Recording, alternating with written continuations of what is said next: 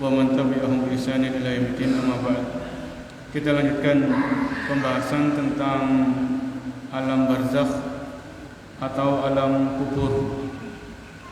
Di antara hal-hal yang wajib kita imani bahwasanya ketika seseorang di alam kubur atau seseorang di alam barzakh, maka dia akan ditemani oleh amal-amalnya.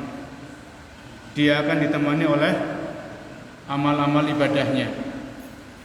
Pernah suatu saat Rasul sallallahu alaihi wasallam bersabda, "Yatba'ul mayyitu salasun." Ada 3 hal yang ikut mengantarkan jenazah. Ada 3 hal yang ikut mengantarkan jenazah. Yang 2 ini pulang, yang 1 bersama si jenazah. Yang ikut mengantarkan jenazah adalah keluarganya, kemudian teman-temannya, tetangga-tetangganya. Yang kedua adalah hartanya. Yang ketiga adalah amalnya. Setelah jenazah ini dimakamkan, keluarganya pulang, tetangga-tetangganya pulang, teman-temannya pulang, hartanya juga dibawa pulang. Kok bisa harta itu mengantarkan jenazah? Kalau orang itu punya mobil, biasanya mobilnya itu digunakan, kalau yang punya mobil meninggal, maka mobilnya digunakan untuk apa? Ngiringi jenazah yang punya mobil. Jadi yang punya mobil masuk ke ambulan karena sudah mati, mobilnya digunakan untuk ngiringi jenazahnya. Kalau yang punya mobil, yang punya motor, ini sudah dimasukkan ke liang lahat, maka mobilnya dibawa pulang, motornya dibawa pulang, keluarganya pulang, sehingga yang bersama si mayit cuman 1, yaitu amal ibadahnya yang selama ini dia kerjakan semasa hidupnya.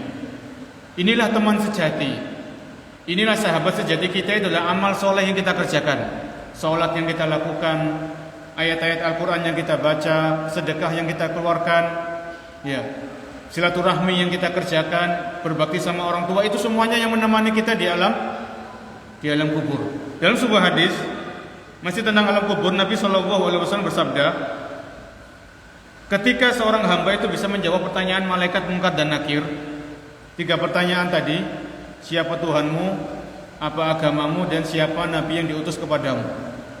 Ketika seorang hamba bisa menjawab pertanyaan itu, maka Allah Subhanahu wa ta'ala, maka si hamba ini didatangi oleh seorang laki-laki.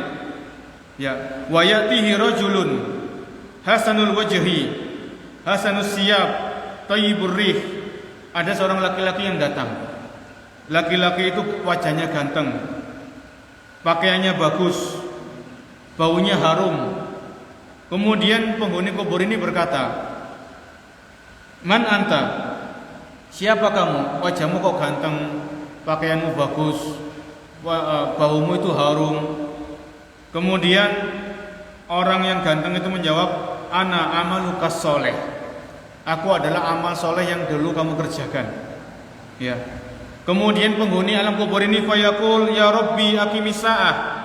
Wahai Tuhanku, cepatkanlah kiamat itu terjadi supaya aku bisa kembali kepada keluargaku. Ya, hadis ini hadis yang sahih yang mengajarkan kepada kita bahwasanya amal yang kita lakukan, ibadah yang kita kerjakan, itulah yang akan menemani kita di alam kubur sampai kita dibangkitkan oleh Allah di hari kiamat. Ini teman kita. Bahkan amal soleh ini bukan hanya di alam kubur menemani kita, sampai ketika di padang mahsyar Allah membangkitkan manusia dari alam kubur, amal inilah yang menemani kita. Ketika di padang mahsyar matahari didekatkan oleh Allah di kepala manusia, ada waktu itu orang yang keringatnya itu sampai ke tumit, sampai ke mata kaki. Ada orang yang keringatnya sampai ke lutut. Ada orang yang keringatnya sampai ke pinggang. Ini semuanya tergantung dengan apa? Amalnya. Ya, jadi amal ini akan membawa kita, menemani kita sampai di padang mahsyar. Bahkan sampai melewati sirat. Disebutkan dalam buku-buku akidah, ketika seseorang melewati sirat, itu ada orang yang lewat sirat itu seperti kilat yang menyambar, copot. Seperti kilat yang menyambar. Ada orang melewati sirat seperti orang yang berlari. Ada orang yang melewati sirat seperti penunggang kuda. Ada orang yang melewati sirat seperti orang yang jalan kaki biasa. Ada orang yang merangkak atau merangkang, kemudian terjatuh ke dalam neraka. Ini semuanya tergantung dengan apa? Amal. Jadi sampai melewati sirat ini, amal ini sangat bermanfaat bagi kita, menemani kita sampai kita lewat sirat. Ya, jadi jangan kita bermalas-malasan dalam beribadah, dalam melakukan kebaikan, dalam melakukan ketaatan, dalam melakukan amal soleh. Karena itulah yang menemani kita. Istri kita pulang, anak-anak kita pulang, harta kita dibawa pulang. Yang menemani kita di alam kubur, di alam barzakh cuma satu, yaitu amal soleh yang kita kerjakan. Ya. Kemudian yang berikutnya, sebab-sebab azab kubur. Ya, pada asalnya orang yang beriman, ketika dia bisa menjawab pertanyaan malaikat, maka dia mendapatkan nikmat kubur. Ya, dia dibukakan pintu surga, dia bisa melihat surga di alam kuburnya. Dia sudah mencium bau surga, cuman belum bisa masuk surga karena belum terjadi kiamat. Ada orang-orang yang beriman, mereka diazab di dalam kuburnya disebabkan karena maksiat-maksiat tertentu, disebabkan karena dosa-dosa tertentu. Di antaranya sebab-sebab orang diazab di kuburnya adalah karena dia tidak bersih dari dia tidak bersih dari cebok. Jadi misalnya ada orang, dia buang air kecil, dia buang air kecil, kemudian dia nggak cebok. Jadi ada sisa air kencingnya yang mengenai bajunya, kemudian bajunya dipakai untuk sholat, sholatnya nggak sah. Ya, sholatnya nggak sah. Kemudian di antara seseorang diazab di kuburnya adalah karena suka ngadu domba. Suka ngadu domba itu antara suami dengan istri, antara tetangga dengan tetangganya diadu domba. Digawe tukaran, nggak akur. Antara kakak sama adiknya diadu domba. Antara ustadz dengan muridnya diadu domba. Antara rakyat dengan pemimpinnya diadu domba. Ini orang-orang yang suka ngadu domba. Itu adalah orang-orang yang diancam dengan azab kubur. Nabi SAW pernah melewati 2 kuburan. Ya, diriwayatkan oleh Abdullah bin Abbas bahwasanya Rasul SAW melewati 2 kuburan. Rasul melewati 2 kuburan. Kemudian Nabi bersabda, "Innahuma la yu'adzaban." Sesungguhnya penghuni kuburan ini, penghuni alam kubur ini sedang diazab.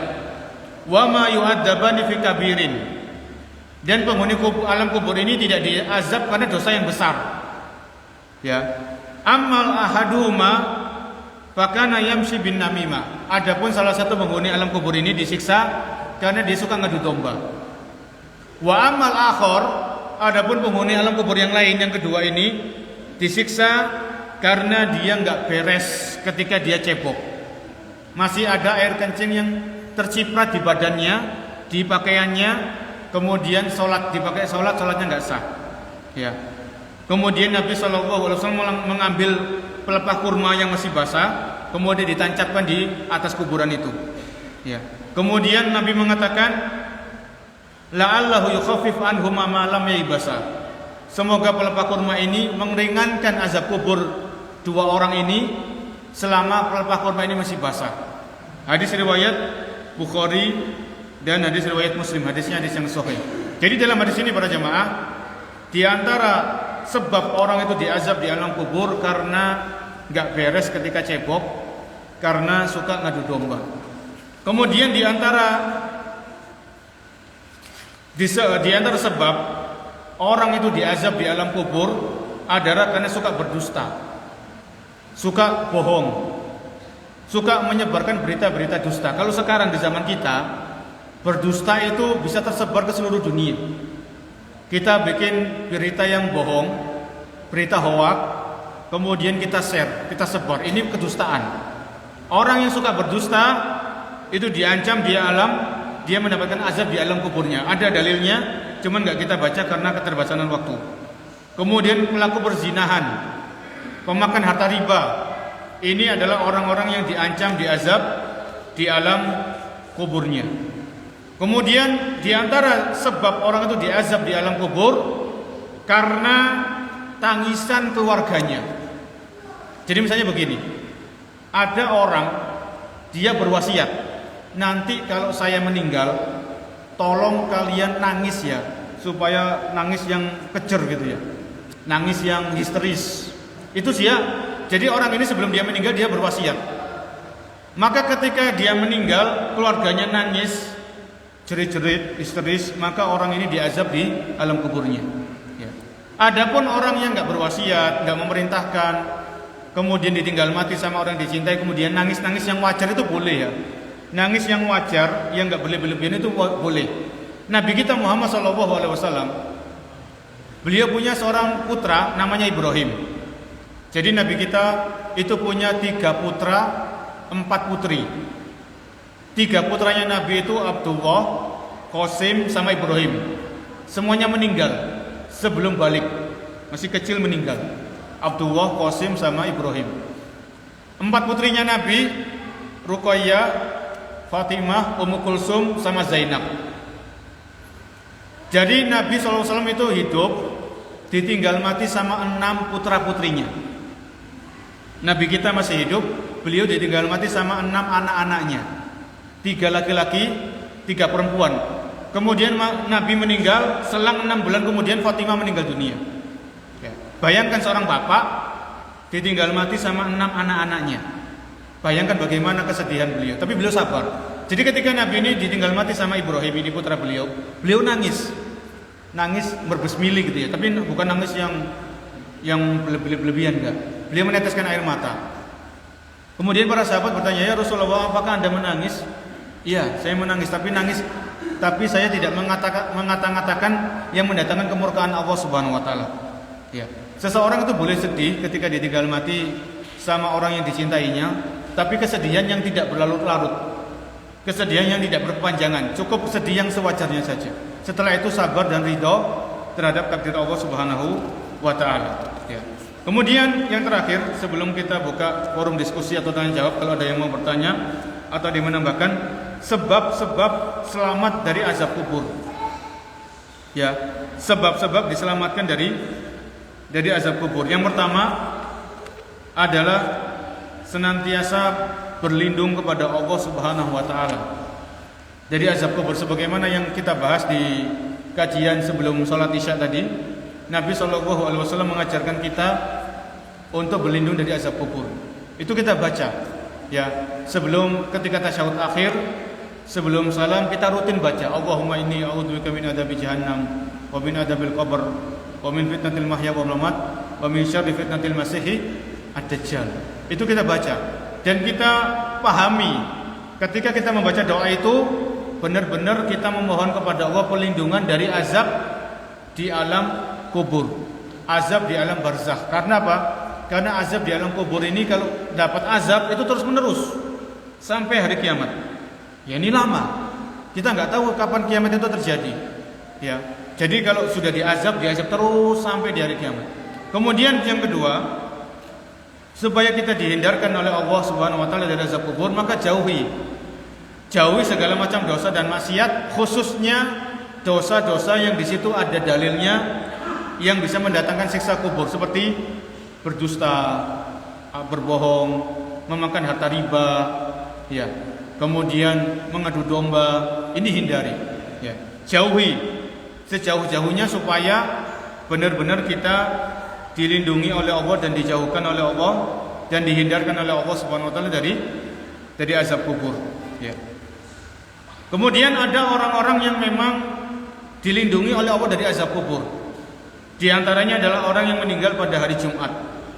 Nabi SAW bersabda, "Ma min muslimin yamutu yaumal jum'ati illa waqahu Allahu fitnatal qabr."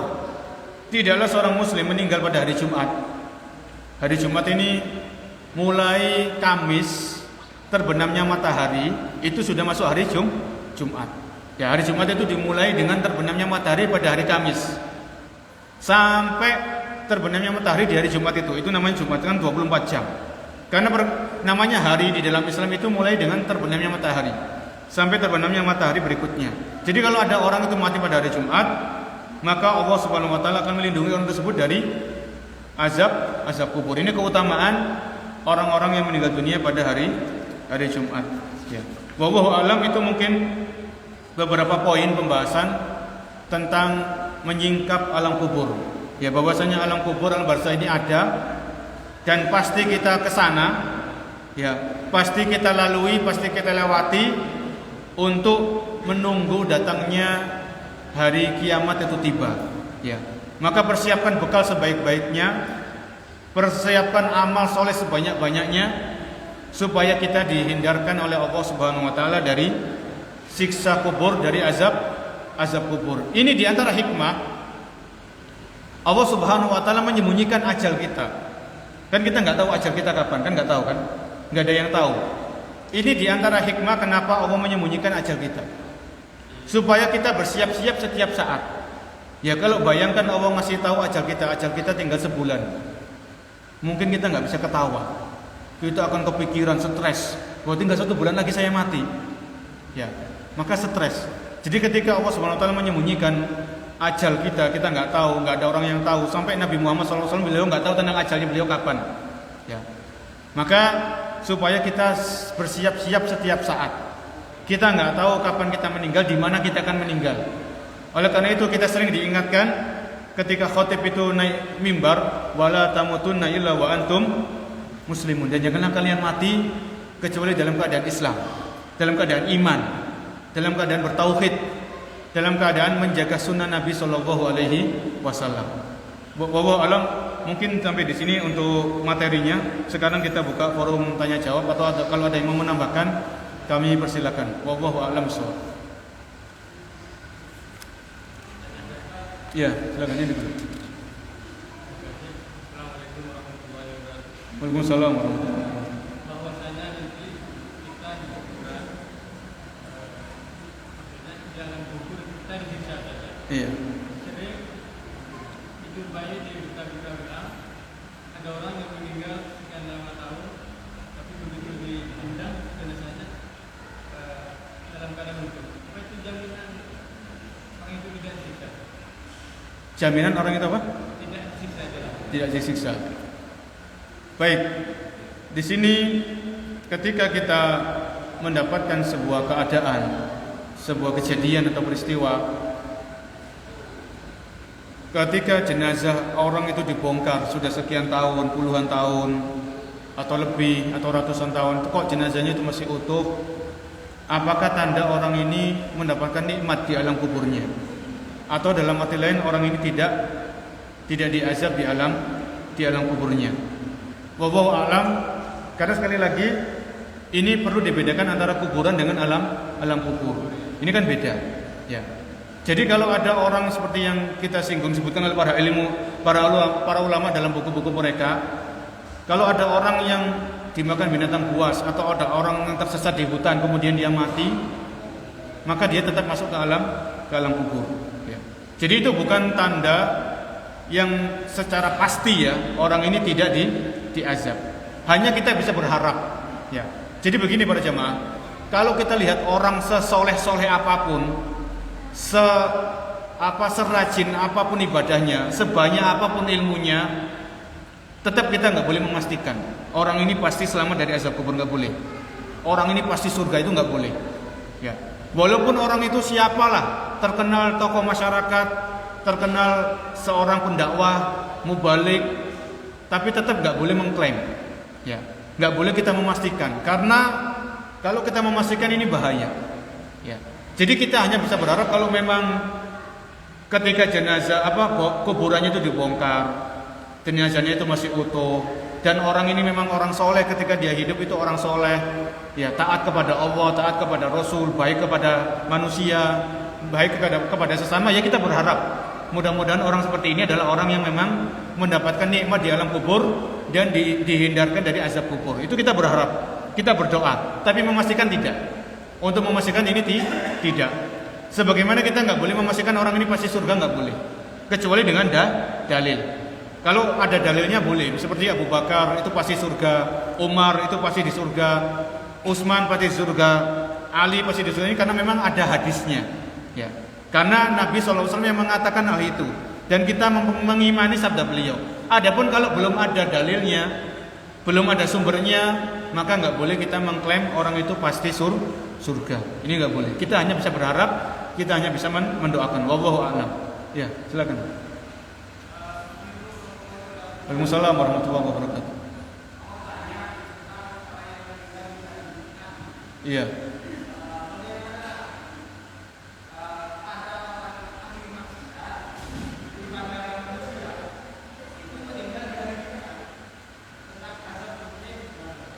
Iya. Baik, ketika orang itu pelaku maksiat, pelaku dosa, ya dosa-dosa besar itu dilakukan. Kemudian orang tersebut meninggal pada hari Jumat misalnya.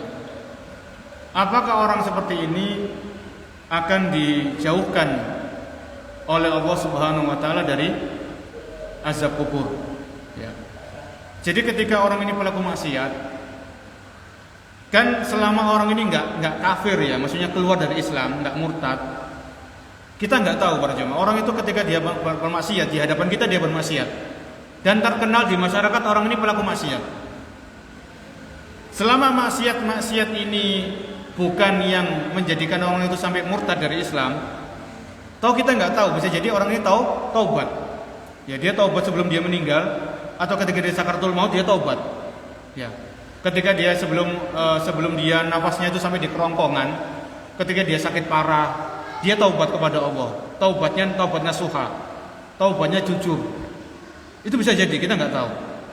Kemudian dengan taubat itu pelaku maksiat ini menutup hidupnya, menghembuskan nafas terakhirnya. Kemudian dia kebetulan mati pada hari Jumat. Ya semoga orang seperti ini dijauhkan oleh Allah dari azab kubur, dihindarkan oleh Allah dari azab kubur. Selama memang kemaksiatannya bukan yang seperti yang kita bacakan tadi ya, seperti pelaku zina, memakan harta riba, suka dusta, bohong. Ini beda karena sudah ada dalil yang lain. Jadi kalau ada dua dalil yang sekiranya itu bertentangan, maka kita kumpulkan. Ya. Jadi orang yang mati pada hari Jumat itu kalau pelaku maksiat, semoga dia bisa bertobat sebelum dia meninggal. Bisa jadi hal itu terjadi. Atau maksiatnya itu bukan maksiat yang menyebabkan dia diazab di kuburnya, seperti adu domba dan sebagainya. Ya, wallahu a'lam bishawab. Ya, ada lagi yang mau menambah? Ya, silakan. Waalaikumsalam warahmatullahi wabarakatuh.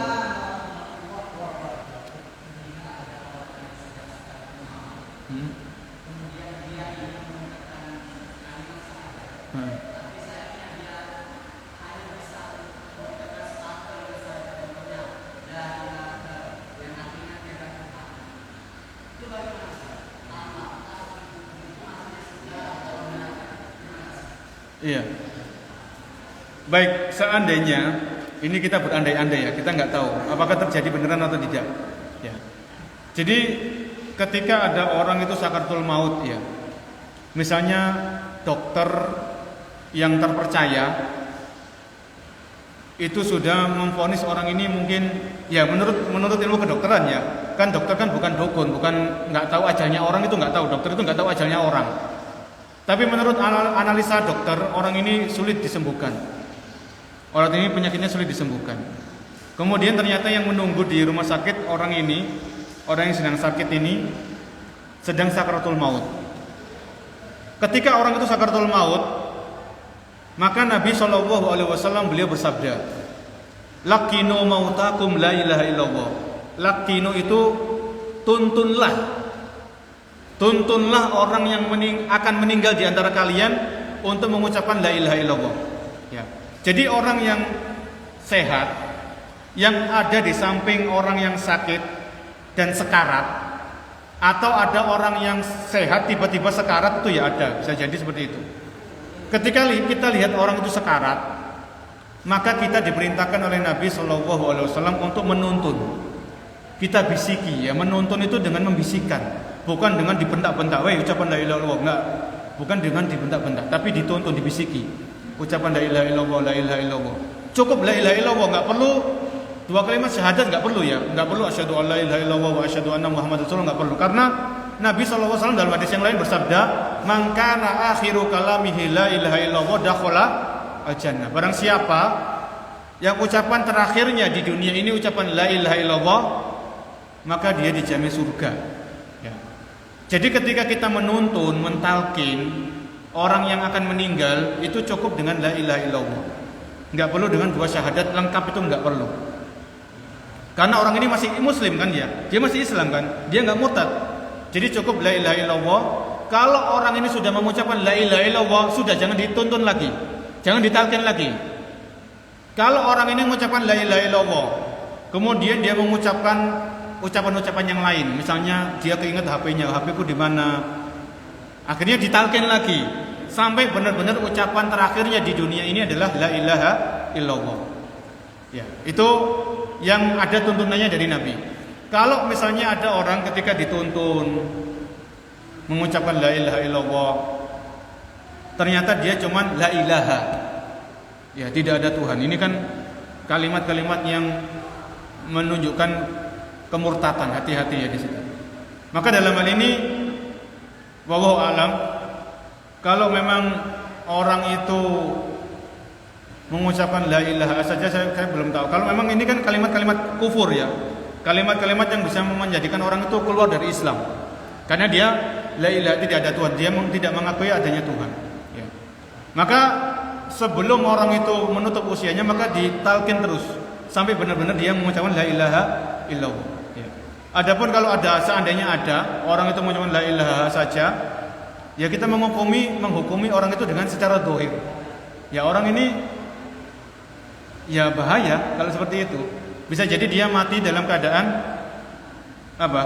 Su'ul khotimah. Ya, mati dalam keadaan su'ul khotimah. Ya.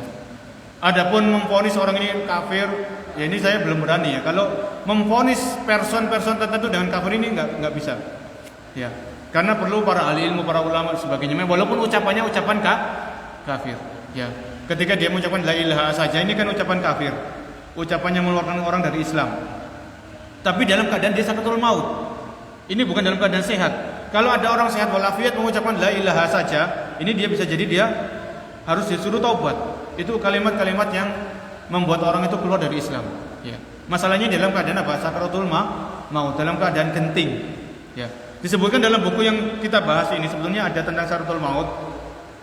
Ketika orang itu sakaratul maut, itu orang itu dalam keadaan lemah, selemah-lemahnya. Walaupun badannya kuat, badannya kekar. Ketika orang itu sakaratul maut itu dalam keadaan sangat-sangat lemah. Di saat yang sama, syaitan itu mengerahkan semua kemampuannya untuk menyesatkan manusia ini. Karena apa para jamaah? Kesempatan terakhir yang dimiliki oleh syaitan menyesatkan manusia ketika apa? Ketika orang ini sakaratul maut. Ya. Kesempatan syaitan untuk menyesatkan manusia, menggelincirkan anak Adam itu ketika anak Adam ini sakaratul maut. Ketika orang ini sudah menghembuskan nafas terakhir, sudah mati, maka enggak digoda lagi sama syaitan, enggak goda lagi. Karena dia sudah berpindah ke alam barzah, ya, berpindah ke alam kubur. Wallahu alam shawab. Ya, jadi ketika orang itu bisa mengucapkan la ilaha illallah di akhir hayatnya, ini disebabkan karena amalnya dahulu. Ya. Dia disebutkan karena kebiasaannya. Ada orang itu kisah nyata, ketika dia meninggal itu ditalkin la ilaha illallah, la ilaha illallah. Tapi ketika dia meninggal justru bukan ucapan la ilaha illallah. Karena orang ini orang penjual kain ya, penjual kain. Ketika dia ditalkin la ilaha illallah, makanya dia ucap harga kain ini sekian, harga kain ini sekian sampai dia mati. Sampai dia mati. Mungkin wallahu alam karena dia sangat cinta kepada jualannya, cinta kepada dunia berlebihan. Sampai ketika akhir hayat ditalkin la ilaha illallah, dia enggak mengucapkan la ilaha illallah sampai meninggal dunia. Itu ada. Ya, itu ada. Wallahu alam. Jadi kembali kepada pertanyaan, kalau cuma la ilaha saja, ini secara dohir ini kalimat berbahaya. Tapi kita kembalikan kepada Allah Subhanahu wa taala. Kalau Allah berkehendak, Allah mengampuni orang tersebut. Kalau Allah berkehendak lain, Allah mengazab orang tersebut. Wallahu a'lam. Ya. Cuman kita harus hati-hati supaya kalau ada orang cuma la ilaha saja, maka harus terus ditalkin supaya benar-benar ditambahi illallah. Ya, la ilaha illallah, tidak ada Tuhan yang berhak disembah kecuali Allah Subhanahu wa taala. Nah, wallahu a'lam. Ya, silakan. Waalaikumsalam warahmatullahi wabarakatuh.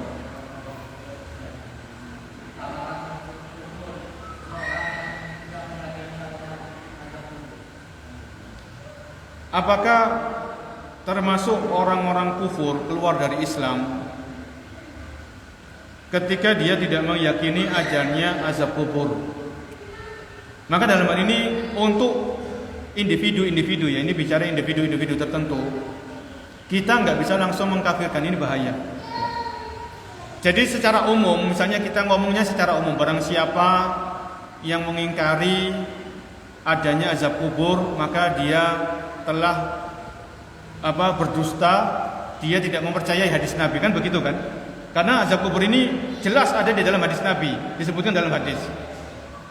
Kalau ada orang, ini secara umum, kita ngomong secara umum, kalau ada orang yang mengingkari adanya azab kubur, maka seolah-olah orang ini tidak mempercayai ucapan Nabi SAW. Seolah-olah orang tadi telah mendustakan Nabi. Wong Nabi jelas-jelas ngomong, beliau telah bersabda dalam hadis-hadis yang sahih, jumlahnya sangat banyak sahabat yang meriwayatkan, kok ada orang muslim mengingkari adanya azab kubur. Ya. Maka tidak secara langsung orang yang seperti ini dia telah menentang hadis Nabi. Dia telah tidak mempercayai hadis Nabi. Ya. Maka kalau orang itu nggak percaya terhadap hadis Nabi, maka syahadat Muhammad Rasulullah-nya ini batal. Karena ketika seseorang mengucapkan wa asyhadu anna Muhammadar Rasulullah, dan aku bersaksi Nabi Muhammad utusan Allah. Kalau orang itu bersaksi Nabi Muhammad utusan Allah, itu ada konsekuensinya. Konsekuensinya apa? Konsekuensinya kalau orang mengucapkan aku bersaksi bahwasanya Nabi Muhammad utusan Allah adalah membenarkan, mempercayai, mengimani apa-apa yang disampaikan oleh Nabi Muhammad SAW dalam hadis-hadis yang sahih. Ya. Itu konsekuensinya. Kalau orang bersyahadat Muhammad Rasulullah tapi nggak percaya terhadap apa yang disampaikan oleh Nabi, ragu apa yang disabdakan oleh Nabi, maka orang ini terancam syahadat Muhammad Rasulullah terancam. Ya. Maka untuk individu, kalau ada orang, kita lihat orang ini ya, individu, gak bisa langsung kita menghukumi dia kafir. Mungkin dia punya syubhat, mungkin dia punya kerancuan, mungkin dia punya ini dan itu yang perlu kita jelaskan. Ini loh hadisnya, hadis yang sahih. Banyak para sahabat yang meriwayatkan tentang adanya azab kubur. Ya. Maka kita jelaskan, ya. Supaya orang ini taubat, supaya orang ini hati-hati. Jangan sampai ada seorang muslim dan muslimah yang mengingkari adanya azab kubur. Karena hadisnya hadis mutawatir. Hadis mutawatir itu apa? Hadis ini diriwayatkan oleh banyak sahabat. Bukan 1-2 orang, tapi banyak sampai sekian sahabat. Itu hadis namanya hadis mutawatir. Ya, hadis tentang azab kubur ini hadis yang mutawatir yang tidak ada keraguan lagi di dalamnya. Wallahu a'lam bishawab. Ya, ada lagi yang menambahkan atau yang bertanya? Ya, silakan. Waalaikumsalam warahmatullahi wabarakatuh.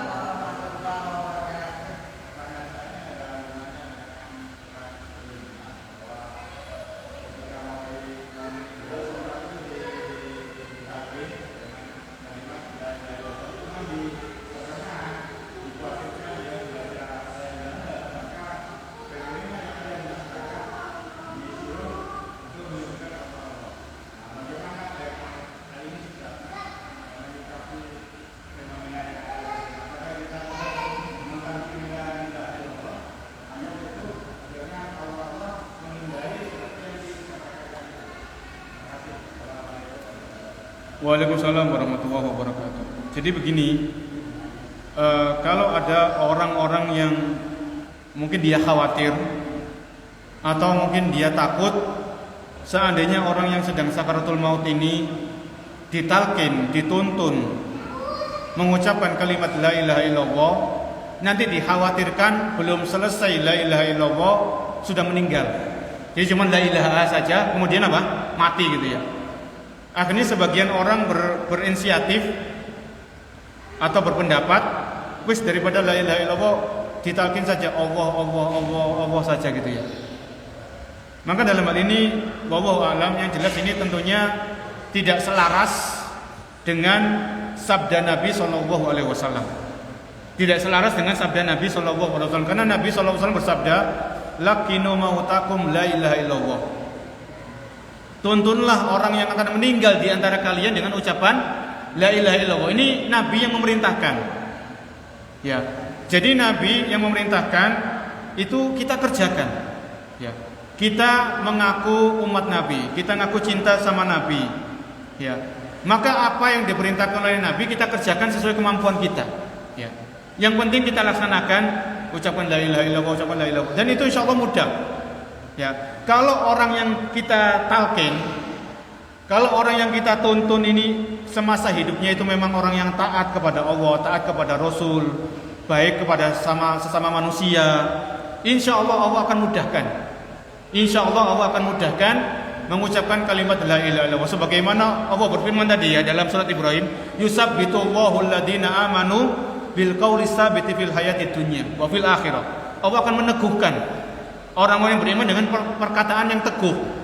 Ya, mudah-mudahan ini termasuk ucapan la ilaha illallah di akhir hayatnya. Ya. Jadi orang itu bisa mengucapkan la ilaha illallah atau tidak, ini tergantung track record, tergantung semasa hidupnya. Dia orang yang taat kepada Allah atau tidak? Dia orang yang dekat kepada Allah atau tidak? Ya. Dia orang yang taat kepada Rasul atau tidak? Dia orang yang baik sama orang atau tidak? Ini semuanya sangat membantu, sangat mempengaruhi orang itu bisa mengucapkan la ilaha illallah atau tidak. Ya. Jadi kalau begini para jamaah, kalau ada orang dia ditalkin la ilaha illallah, sudah kita usaha, kita bisik-bisiki, ya, di telinga kiri, ada yang membisiki di telinga kanan, ucapkan la ilaha illallah, ucapkan la ilaha illallah. Kemudian orang ini nggak mengucapkan, sampai dia mati. Bukan berarti orang ini pasti diazab di neraka, tidak. Pasti orang ini diazab di kubur, tidak. Jadi ketika orang itu tidak mengucapkan la ilaha illallah di akhir hayat, bukan berarti langsung orang ini penghuni neraka, tidak. Ya. Jadi cuman salah satu tanda kebaikan, salah satu tanda husnul khotimah ketika orang ini bisa mengucapkan la ilaha illallah di akhir hidupnya. Dan itu salah satu tiket untuk masuk surga. Karena Nabi mengatakan man kana akhiru kalamihi la ilaha illallah dakhala jannah. Barang siapa yang ucapan terakhirnya di hidupnya itu la ilaha illallah, maka dia masuk surga. Ini sabda Nabi, ini janji dari Nabi sallallahu alaihi wasallam. Kenapa demikian? Karena ada orang itu mati mendadak. Pernah nggak lihat orang mati mendadak? Ya, banyak ya. Ini diantara tanda-tanda kiamat kecil. Karena kalau kita bahas masalah kiamat itu ada tanda-tanda kiamat kecil, ada tanda-tanda kiamat besar. Di antara sebagaimana para ahli ilmu itu mengatakan, ketika banyak orang mati mendadak ini di antara tanda-tanda kiamat kecil. Ya, ada orang dia habis kerja, misalnya kuli bangunan ya. Ini saya punya keluarga, saya punya paman. Itu dia kuli bangunan. Kemudian istirahat siang, makan siang gitu ya. Kemudian sendenan, istirahat. Kemudian tiba-tiba ngeblak, mati. Dibawa ke puskesmas terdekat, ternyata dia sudah mati. Lah kalau orang kayak gini gimana mau ditalkin? Kan nggak bisa. Ya, namanya ajal ini para jamaah. Kita yakin ya, ajal itu datangnya tiba-tiba. Ya, kapanpun, dimanapun kita berada, ajal ini bisa. Aina ma takunu yudrikumul maut. Aina ma takunu yudrikumul maut walau kuntum fi buruji musayyadah. Dimanapun kalian berada, maut itu akan mendatangi kalian, walaupun kalian berlindung di benteng yang kokoh. Ya. Qul innal mautal ladzi tafirruna minhu fa innahu mulaqikum. Dalam surat apa itu? Surat Jumat, surat Al-Jumu'ah. Qul innal mautal ladzi tafirruna minhu fa innahu mulaqikum. Katakan, sesungguhnya kematian yang kalian lari darinya, kita lari dari kematian. Padahal kematian ini sudah menghadap kita. Fa innahu mulaqikum. Kematian akan menghadapi kalian. Jadi kita lari kemanapun, mati ini sudah di depan kita. Mau lari ke sini, mau lari ke sini, mau lari ke atas, ke bawah nggak bisa. Mati sudah ada di depan kita. Fa innahu mulaqikum. Maka kematian akan menjumpai kalian. Summa turadduna ila alimil ghaibi wasyahadah. Kemudian kalian akan dikembalikan kepada zat yang mengetahui hal-hal yang gaib dan hal-hal yang apa. Summa turadduna ila alimil ghaibi wasyahadah fayunabbi'ukum bima kuntum ta'malun. Kemudian Allah mengabarkan apa yang dulu kalian lakukan. Jadi orang mengucapkan la ilaha illallah di akhir hayat itu salah satu tanda husnul khotimah dan salah satu tiket masuk surga. Tapi kalau orang itu belum mengucapkan la ilaha illallah seperti orang yang mati mendadak, bukan berarti orang ini mati su'ul khotimah, tidak. Ya. Bukan berarti orang ini lantas kita vonis orang ini diazab di kuburnya, di alam kuburnya, orang ini pasti neraka, tidak ya. Itu cuma salah satu tanda. Wallahu a'lam bishawab. Ya, ada lagi yang mau menambahkan? Silakan. Assalamualaikum. Waalaikumsalam warahmatullahi wabarakatuh.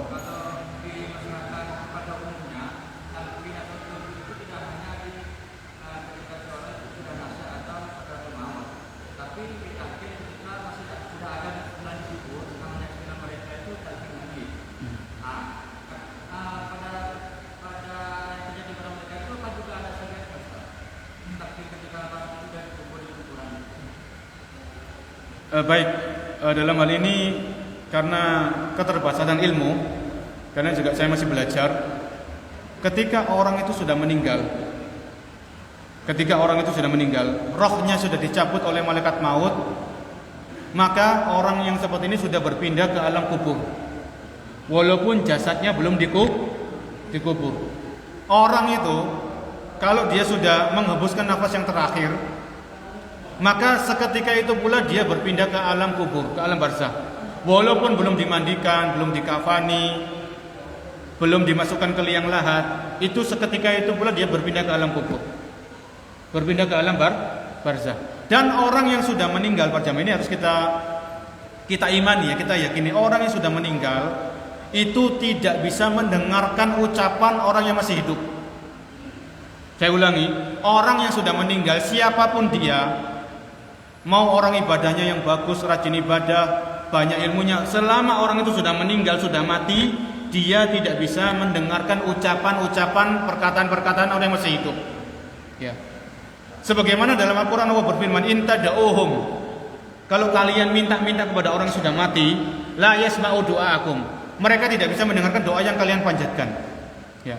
In tad'uhum la yasma'u du'aakum, kalau kalian wahai manusia minta-minta kepada orang yang sudah mati, orang yang sudah mati ini la yasma'u du'aakum, mereka enggak bisa mendengarkan doa kalian. Ya. Jadi orang yang sudah meninggal itu tidak bisa mendengarkan ucapan-ucapan, perkataan-perkataan orang yang masih hidup. Kalau tidak bisa mendengar, maka tidak ada manfaatnya, tidak ada faedahnya orang ini ditalkin.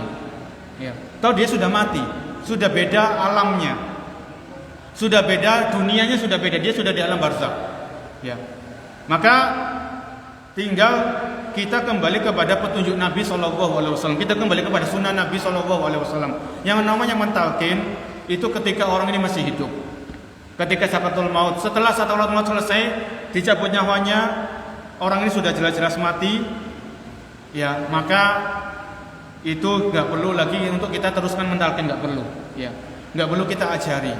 Karena sekali lagi orang itu bisa menjawab pertanyaan malaikat itu karena yang pertama taufik, karena kemudahan dari Allah Subhanahu wa taala. Kemudian yang kedua karena amal ibadahnya semasa hidupnya. Ya. Jadi orang itu bisa menjawab pertanyaan malaikat karena yang pertama taufik dari Allah, kemudahan dari Allah karena keimanan orang tersebut, kemudian karena amal ibadahnya. Ya. Jadi nggak perlu kita kalau sudah meninggal nggak perlu ditalkin lagi. Karena orang yang sudah mati nggak bisa mendengar apa yang kita ucapkan, apa yang kita katakan nggak bisa mendengar. Wallahu a'lam bishawab. Baik, cukup ya kalau tidak ada pertanyaan lagi. Saya kira cukup, tinggal ya, silakan. Gimana kalau mampu perempuan itu ahli maksiat? Ketika itu kalau wanita hamil meninggal masuk perempuan itu ahli maksiat, tapi itu matinya gimana? Ya, ini ada pertanyaan.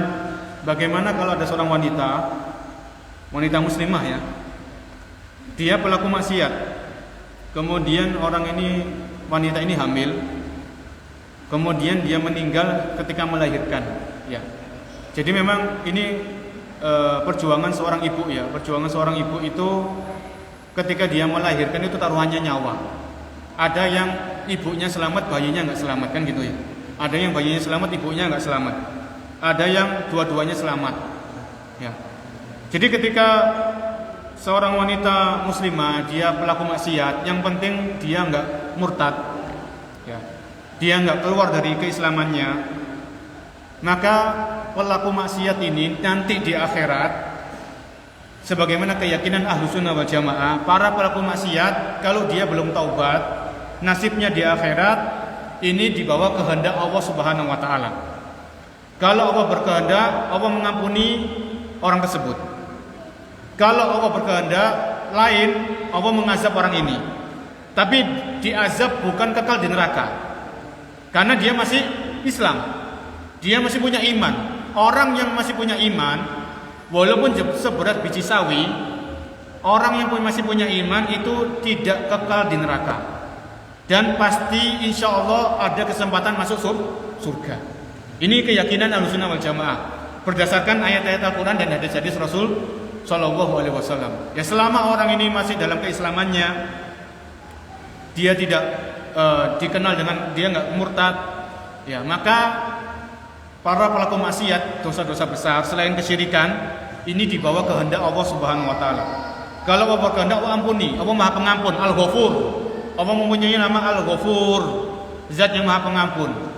Kalau Allah berkehendak lain, Allah mengazab orang tersebut di neraka, tapi tidak dikekalkan dalam neraka. Kalau dosanya sudah bersih, kemudian Allah izinkan orang tersebut dimasukkan ke dalam surganya. Ya, seperti itu. Jadi kalau orang memang disebutkan, saya pernah kalau nggak salah dalam salah satu hadis, wallahu alam, saya pernah baca atau saya pernah dengar, orang yang meninggal ketika melahirkan memang itu mati syahid. Ya. Salah satu orang yang mati syahid itu adalah seorang wanita yang meninggal ketika melahirkan putranya atau melahirkan anaknya.